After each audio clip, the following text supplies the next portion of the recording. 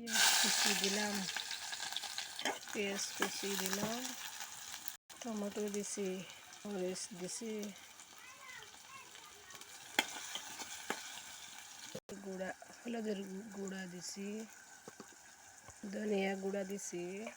জিরার গুঁড়া দিছি, লবণ দিছি পরিমাণ মতো, একটু নাড়াচাড়া করলাম, একটু পানি দিলাম,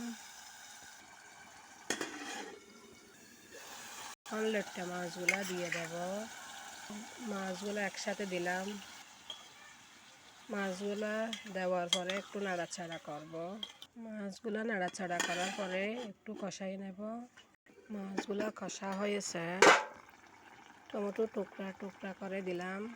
টমেটো দেওয়ার পরে একটু সিদ্ধ করে নেব, ধনিয়া পাতা গুঁড়া দিলাম, পাতা দিয়ে দেওয়ার পরে ডাংনি দিলাম একটু, এখন লোট্টা মাছগুলা হয়ে গেছে,